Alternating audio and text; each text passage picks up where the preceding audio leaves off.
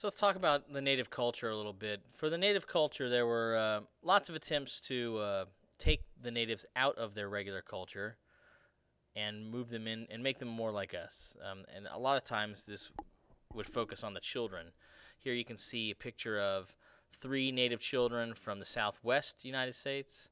And this is what they looked like before they went to the schools run by whites. And this is what they looked like shortly after that. Same kids. Pretty stark contrast. This is what the schools look like in their little uniforms.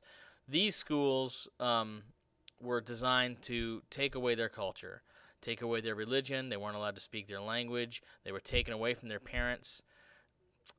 This was sort of the beginning of this culture being completely lost. Some native languages are gone forever now. We don't even know what they were. Senator Dawes in Congress created a law called the Dawes Act, which gave Native American families 160 acres. But a lot of those natives who took that land sold it for money because they were broke, or they were tricked and swindled out of it. So it didn't work out for a lot of, and a lot of families didn't want to be farmers to begin with. Mining out in the West, there was really a couple different types of mining. The big things they were mining for, big money makers, were gold and silver. These were kind of like the gold rush that happened, which we'll talk about another time.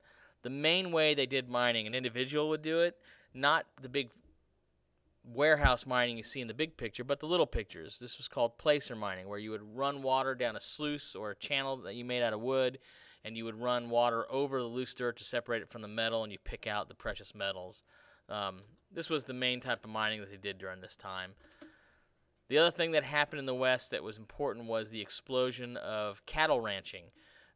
Buffalo were used for meat a little bit, but the main reason buffalo were killed was for their skin and their fur, and this was sold all over the world, and it was huge money, and they were easy to kill. So buffalo were shot out nearly to the point of extinction. There was a time in U.S. history where if you came on the plains, you would see herds of buffalo, sometimes over 1 million strong.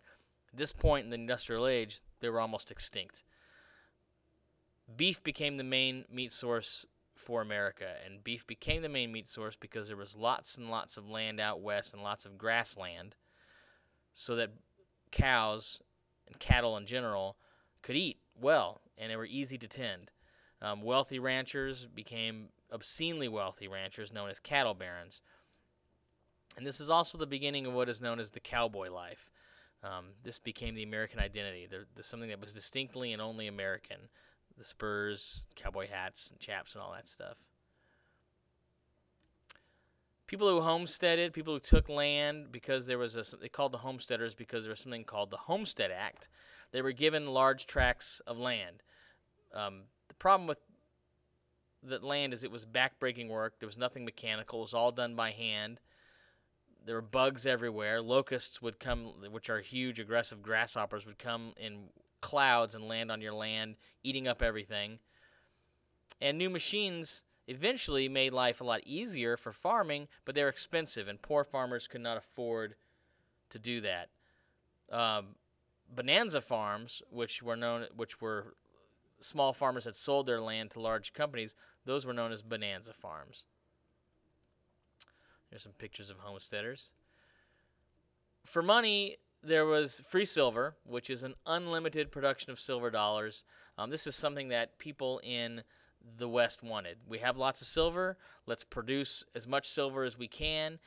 $1's worth of silver will make into $1, and everybody will know that's $1's worth of silver in your hand. This would increase the money supply for everybody. But if you lived out east, you wanted the gold standard. And the gold standard means this. For every dollar of gold, for every dollar you have in circulation, the American government holds $1's worth of gold in reserve. And that guarantees that the money, whether it's paper or whatever, is good. These days, it's just a promise. Back then, the money in circulation was equal to the amount of gold held by the American government. There were organizations created to help farmers, like the Grange or the Farmers Alliance. These were kind of like unions for farmers. And the Interstate Commerce Act, it regulated the price of goods and how things are moved across the states and made a fair and level playing ground for all farmers and traders. And we'll get to the populists in the next lecture, but that is the end of this lecture.